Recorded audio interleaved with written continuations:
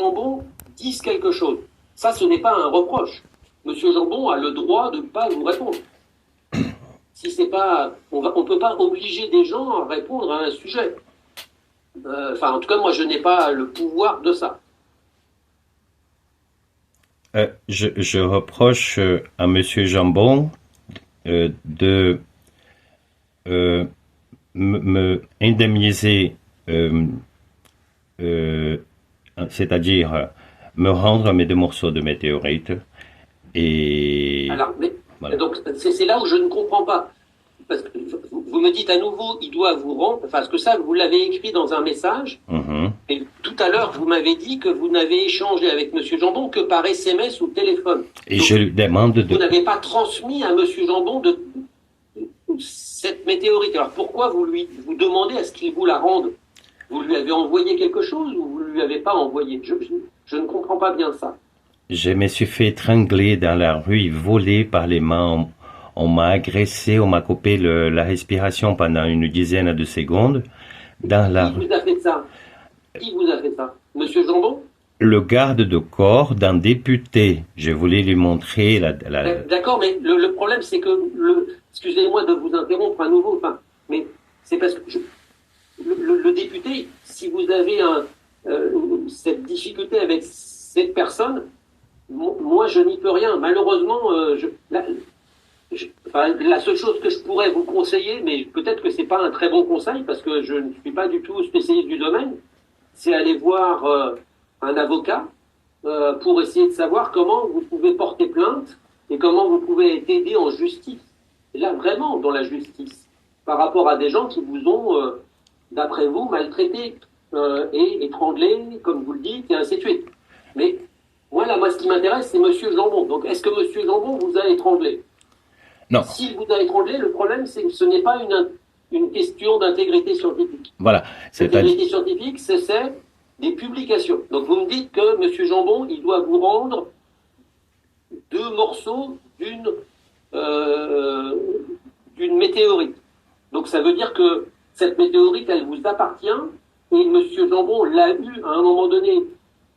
Et je voudrais que vous m'expliquiez comment il l'a obtenue et pourquoi, et que vous m'apportiez la preuve qu'elle vous appartient. Parce que j'ai l'impression que, enfin, je ne suis pas spécialiste, comme je vous l'ai dit, des météorites, mais bon, si vous me dites que vous avez une voiture et que Monsieur Jambon vous a pris votre voiture, bah, vous devez avoir une facture de cette voiture. Alors une météorite, c'est pas quelque chose qui est fabriqué par l'homme, c'est pas des industries, donc, mais il me semble, je suis pas totalement sûr, mais il me semble que les matières que l'on trouve sur Terre, ça dépend des législations, mais en France, la législation, elle est assez précise sur à qui appartient les objets que l'on trouve sur Terre, ou que l'on trouve sous l'eau, ou que l'on trouve dans la Terre. Donc vous avez parlé dans la glaise, de sous l'eau, tout ça, il y a des législations très précises. Donc il faudra, peut-être que vous les connaissez mieux que moi, ces législations, il faudra m'indiquer un petit peu, d'après vous, quelles sont les législations en question sur les matériaux, donc les échantillons, les météorites que vous avez trouvés, qui ont été à un moment donné dans les mains de Monsieur Jambon et que maintenant vous voulez récupérer. Mais il faut m'expliquer comment Monsieur Jambon a récupéré des météorites que vous aviez eues d'abord. Parce que vous m'avez dit que vous ne lui avez pas envoyé. Donc, il est venu chez vous, il y a eu un cambriolage. Enfin, je ne comprends pas bien comment ça a pu se dérouler. je me suis fait étrangler avec la météorite dans la main. J'ai levé la main. Il y a quelqu'un en passant que j'ai pas vu le visage est parti en courant avec les deux morceaux pendant que des gens ont crié, lâche-le, il est malade, il est malade, il n'y a pas de rang, il n'y a pas de rang. Et donc, c'était au milieu d'une manifestation. Et ces deux morceaux sont tombés dans la main de Monsieur Gataseka, Jérôme, et en contact avec Monsieur Albert Jambon et Madame Azna. Euh, je, Mais est-ce que vous avez des preuves que j'ai des Monsieur preuves. Jambon, J'ai des vous avez preuves. des preuves que Monsieur Jambon a ces morceaux? J'ai des preuves que ce monsieur Jambon a ces morceaux et elles sont d'ailleurs scientifiques parce que mon D'accord. matériel, Bah, donc, il faut m'envoyer ces preuves. voilà, je vais vous envoyer des morceaux de météorites. Non, non, non, non, non, c'est pas. Non, vous n'avez pas compris. moi, je ne fais pas de science, donc il ne faut pas m'envoyer des morceaux de météorites. De toute manière, enfin, ce qu'il faut m'envoyer, c'est des informations qui permettent de démontrer que M. Jambon a fait des actes qui ne sont pas intègres et que vous les signalez parce que, et là, moi, je suis tout à fait d'accord avec toutes les personnes qui me dénonceraient des actes de scientifiques qui ne seraient pas intègres. Et s'ils sont de Sorbonne Université, c'est dans mon rôle d'essayer de démontrer et de réussir à faire un rapport qui permet à la présidente de prendre des sanctions vis-à-vis de ces personnes. Donc moi, ce que j'ai besoin, c'est des informations qui expliquent qu'est-ce que vous reprochez à M. Jambon. Donc moi, j'ai compris que ce que vous reprochez, c'est que M. Jambon a une météorite qui vous appartient. 2 morceaux. Donc ça, il faut me démontrer que quels sont. Donc là, le lien que vous m'avez envoyé, c'est un lien international. Ça ne dit pas que c'est vous qui l'avez trouvé.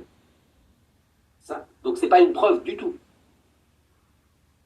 Une preuve, c'est une preuve scientifique. Donc c'est une publication où vous êtes l'auteur et on démontre que ensuite il y a quelqu'un d'autre qui a oublié de vous citer en disant la première personne qui a eu la météorite en main, ce n'est pas les personnes dont vous parlez, mais c'est vous. C'est ça qu'il faut montrer. Et pour ça, il faut m'apporter des preuves. Je le ferai. Je le ferai. Je le ferai. En ce moment, je suis en plein déménagement. J'espère que vous avez observé, je suis un tout petit peu malade, comme plein de gens dans mon entourage. Je vais déménager, je vais vous préparer un dossier bien explicatif avec un chapitre bien précis concernant Monsieur Jambon. Moi, et, sachez que de toute manière, je répondrai à votre dossier si je trouve qu'il y a des choses insuffisantes en vous disant voilà, je veux des précisions là-dessus. Ce qui est important pour moi, c'est quelque chose avec une chronologie. Donc il me faut des et c'est vraiment beaucoup plus pratique pour moi si vous arrivez à m'envoyer quelque chose qui est vraiment chronologique. C'est-à-dire que vous me dites voilà, à telle date, mais c'est pas la peine de me reparler si vous voulez même si ça permet de cadrer votre cursus, de m'expliquer ce que vous avez fait tout à l'heure, là, en me parlant de comment vous êtes amené à avoir fait ces découvertes. Donc, votre passé en Brésil, en France, pour moi, ça fait partie de votre histoire, ça explique votre démarche, mais ce n'est pas quelque chose d'important par rapport à la problématique d'intégrité scientifique. Donc, moi, ce qui m'importe, c'est si vous avez un reproche à M. Jambon concernant une météorite, il faut me dire quand est-ce que cette météorite, vous l'avez découverte, quand est-ce que vous avez échangé avec M. Jambon, sous quelle forme, quels sont les documents, donc peut-être que vous pourrez me faire des copies d'écran, des SMS des réponses qu'il vous a faites, et puis ensuite des échanges que vous avez pu avoir avec lui, des photos, tout ce que vous voulez, mais avec lui. Si c'est une photo de météorite, une photo de météorite, ça ne veut pas dire que c'est une météorite qu'il a en main, sur laquelle il a fait des publications. S'il a fait des publications, voilà, ça va donner des indications sur votre démarche et ça va donner des preuves sur les affirmations que vous indiquez. Alors je suis désolé dans le sens où je vous demande plein de choses. Vous me dites que vous avez des problèmes de santé et je suis en train de vous dire que malheureusement c'est pas quelque chose qui se fait rapidement. Sachez que par exemple mon collègue du CNRS, quand il fait des enquêtes d'instruction, lui ça fait depuis 6 ans qu'il fait ce travail. Moi ça fait depuis 1 an et demi. La moyenne de durée d'une instruction pour mon collègue du CNRS, c'est 6 mois, entre le début de l'instruction et la fin. Et là, pour le moment, vous et moi, nous n'avons pas encore commencé l'instruction. Parce que l'instruction, moi, je ne la commence que quand vous m'aurez transmis tous les documents qui me permettent de démarrer l'instruction. Donc, je suis désolé, c'est long, mais parce que je devrais échanger avec les différentes personnes. Euh, j'ai une question à vous poser aussi supplémentaire, c'est est-ce que vous avez, vous savez, Monsieur Gataseka, vous avez contacté son institution pour aussi le mettre en cause? J'ai tenté, il est très difficile d'être joignable. Très difficile. J'ai tenté par les réseaux et il est très difficile d'être joignable. Je ne, D'accord. Mais je vous ne, n'avez pas cherché à joindre l'institution auquel il appartient? Parce que là, à, sur le site, à Lyon, j'ai envoyé quelque chose pour parce que les plus basés à Lyon, il est à Toulouse au moment de ce vol. Il était, j'ai l'impression, d'après moi, là, le lien, le site web que vous m'avez envoyé, là, d'un site américain d'ailleurs, indique que ce monsieur travaille au CEREJ. Le CEREJ, ce n'est pas à Lyon, ce n'est pas à Toulouse, hein. voilà. Le CEREJ, c'est le laboratoire. Oui, vous savez à quel endroit c'est? À Aix-en-Provence. Voilà, donc il faut que vous arriviez à contacter les gens de l'intégrité scientifique, la direction de l'institut. C'est pas Monsieur Gataseka qu'il faut. Si vous vous plaignez aussi de lui, il va falloir contacter l'institution. Mhm. J'ai déjà fait quelque chose. D'accord. J'ai déjà fait quelque chose. Juste pour vous assurer, Monsieur Roger, je suis quelqu'un que j'ai beaucoup étudié cette rencontre avec vous. Je vous écoute parfaitement, mot par mot. Ben, Et merci. jusque pour vous dire ce que je pense réellement, hein, parce qu'on va y aller plus loin. Je comprends que vous faites des enquêtes. J'ai moi-même, je me présente en étant un enquêteur technologique, quelque chose qui est très peu connu, qui m'a mené à plein d'horizons, hein. Je comprends que vous et votre collègue, vous êtes dans un bureau, hein, technologique, hein. Vous apprenez beaucoup. Je comprends très bien. J'ai étudié notre rencontre. J'ai étudié avec quelqu'un. On m'a conseillé juste de rester. Ne parlez pas avant qu'on te donne la parole parce que je sais que votre temps, il est précieux. Je le sais. Voilà. Je ne parlerai plus de ma famille. Je ne parlerai plus de rien de tout ça. On va y aller directement au but. On va y aller le côté. Voilà. Non, non, non, mais excusez-moi, enfin, je n'ai pas, quand je vous dis que votre histoire qui vous a amené à faire cette découverte, je ne vous ai pas dit que c'était pas intéressant. Je vous dis seulement que malheureusement, moi, je dois me concentrer sur la problématique avec Monsieur Jambon. C'est, c'est, euh, je- En fait, d'une certaine manière, je suis en train de vous dire que mon rôle est très limité par rapport à votre problématique. De la même manière que je vous ai dit que j'ai bien entendu et je peux vous assurer que j'ai une certaine empathie par rapport aux problèmes de santé que vous avez. Donc, malheureusement, les problèmes de santé sont des problèmes que plusieurs personnes sur le globe terrestre vivent. Alors, ils vivent pas les mêmes. Il y en a des gens que c'est plus grave que d'autres. Donc, moi, je connais des gens j'ai des gens proches qui ont d'autres problèmes de santé. Donc, c'est quelque chose sur lequel je suis sensibilisé.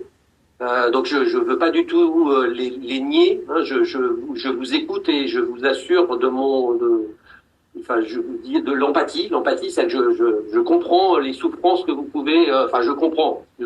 C'est bizarre de dire que je comprends parce que les souffrances, ça se comprend pas, ça se ressent. Mais je peux comprendre en tout cas que vous puissiez avoir des difficultés et que ça peut vous produire des choses désagréables. Donc, mais moi, je suis que référent à l'intégrité scientifique, donc je ne peux. Là, quand je vous parle avec cette casquette-là, je ne peux parler que de ça. Normalement. Le reste, c'est pas quelque chose que je mettrais dans un rapport, si vous voulez. Malheureusement, ça ne change pas vos échanges avec Monsieur Jambon, même si ça peut avoir des conséquences. Normalement, ça n'a pas des conséquences directes sur le plan scientifique. Alors, je suis aussi désolé. Normalement, on avait commencé notre rendez-vous, ça devait être à 16h30. On a eu un petit peu de problème avant que ça démarre. Là, il va bientôt être 18h. Moi, à 18h, il faut qu'on arrête. Donc, on n'a plus que 8 minutes pour ce premier rendez-vous. Et donc, je vous dis ce premier, Donc, si vous voulez, si au bout de, là, dans les 8 minutes, vous trouvez qu'on n'a pas assez échangé, bah, proposez-moi d'autres créneaux de rendez-vous et on essaye de refaire la même chose que ce que nous venons de faire. Alors, je suis pas, enfin, vous avez eu d'une certaine manière de la chance, entre guillemets, quand vous m'avez proposé mercredi après-midi. Moi, il se trouvait que bah, j'avais une réunion jusqu'à 16h30, donc c'est pour ça que j'ai pu vous prendre. Mais j'en ai une autre à 18h. C'est pour ça que je peux pas continuer au-delà. Donc, il faut me proposer d'autres dates, si vous voulez que l'on continue nos échanges avant que vous m'envoyiez les documents, parce que je peux comprendre aussi que vous vouliez des précisions. Et on peut, même quand vous m'enverrez des documents, vous pourrez à nouveau échanger avec moi. Enfin ça, et moi de toute manière, sans aucun doute, que je vous solliciterai pour échanger avec vous. Je serai complètement à votre disposition Ok. et je vais vous préparer un document. Sachez d'ailleurs que je diffuse un livre. Ce livre, c'est un livre dossier. Ce que je propose dans ce livre, c'est que chaque ligne, je les numérote. Je vais vous préparer tout un document en PDF, mettre à votre disposition que vous allez pouvoir lire, parce que je pense que vous allez avoir besoin de lire pour mieux comprendre. Euh, par contre, euh, en connaissance de cause, je répète, euh, soyez indulgents avec Monsieur Jambon. Les gens, ils font de bêtises et ils ne savent pas ce qu'ils font. Et il sera vraiment plus utile, hein, comment vous dire, euh, en corrigeant ce qu'il a fait. Il le fera quand il comprendra que quelqu'un a fait quelque chose de presque incroyable en plongeant, en notant, parce que j'ai tout archivé.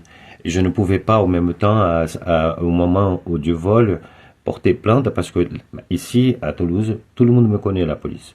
Voilà. Et ils ne veulent pas accepter mes plaintes. En fait, c'est une affaire tellement compliquée que les policiers dont je connais, les policiers à Toulouse, ne veulent pas se prendre.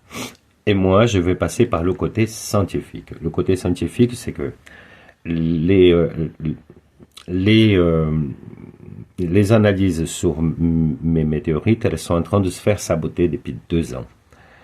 Voilà. Et ce sabotement va s'arrêter lorsque Monsieur Jambon lui-même, je pourrais lui envoyer même